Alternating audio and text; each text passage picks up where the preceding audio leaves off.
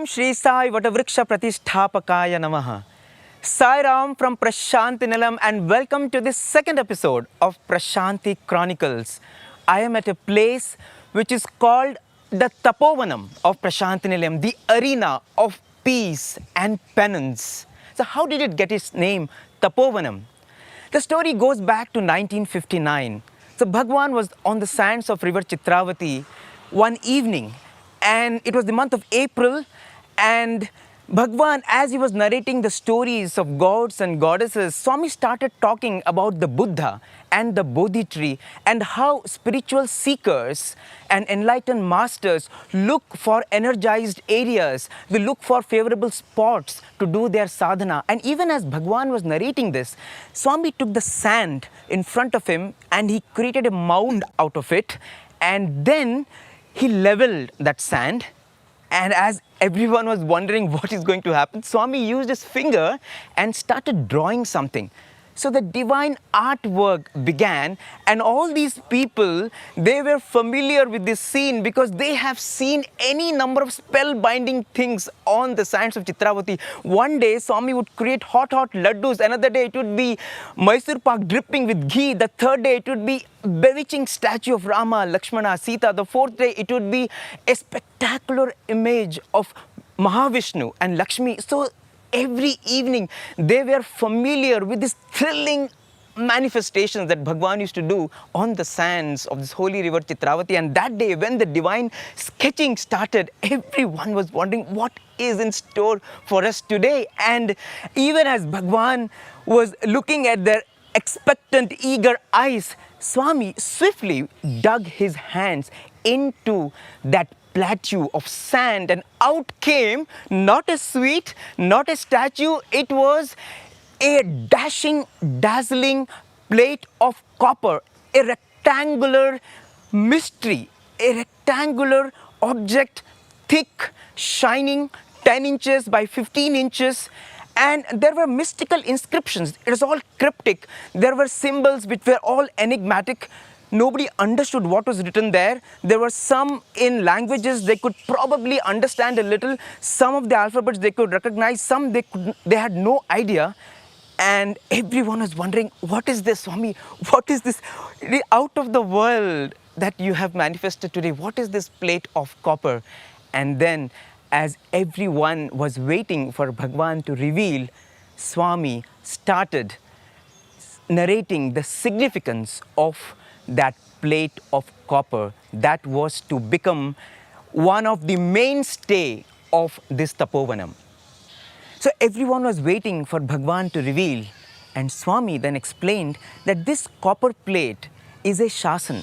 Now shasan is a decree, a command, a divine edict, a message, a powerful order.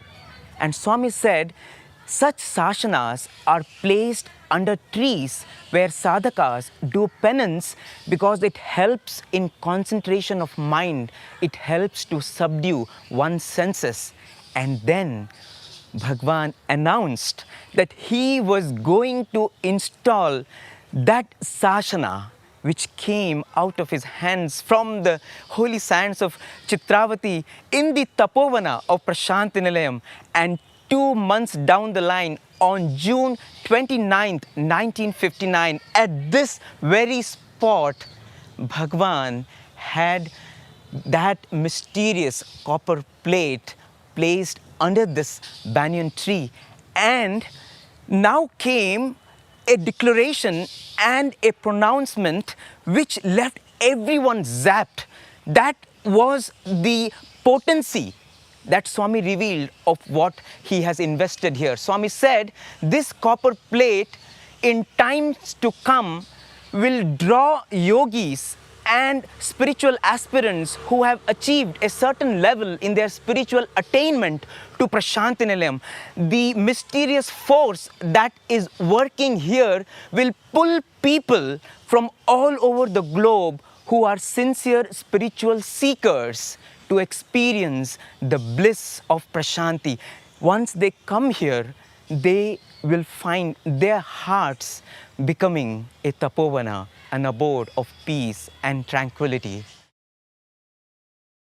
And we have no clue how this Tapovana is impacting and has impacted so many lives all over the globe. I remember talking to this 16-year-old from South Africa. She was in Prashanti for Christmas 3 years ago. And I asked her, what is the one place in Prashanti you will come to once you are here? What is the one thing in Prashanti which you do not want to miss, for which you will come back from South Africa to this holy abode of peace? And she said, without batting her eyelids, she said, meditation tree.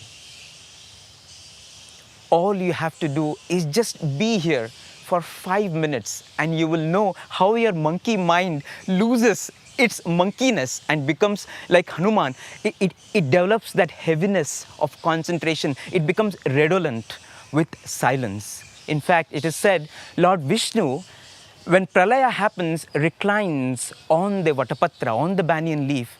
Lord Shiva, as Dakshinamurti, instructs in silence again under the Vatavriksha.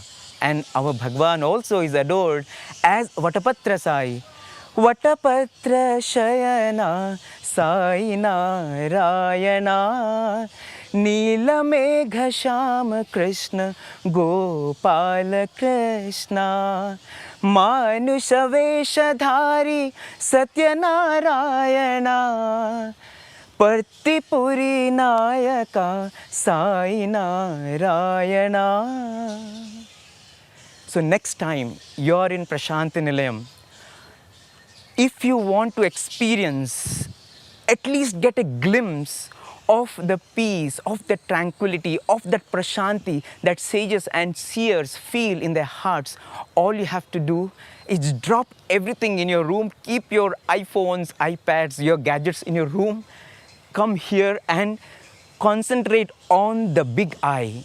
Just sit here for 5 minutes. Let your phones get charged by that mechanical power. You get supercharged here by the spiritual power. You will experience, once you're in Tapovana, you're going to get a taste, a shortcut to Nirvana. Don't miss this beautiful Tapovana which Bhagwan has blessed us to help us concentrate our minds on Him and one day become one with Him. Thank you, Sai Ram.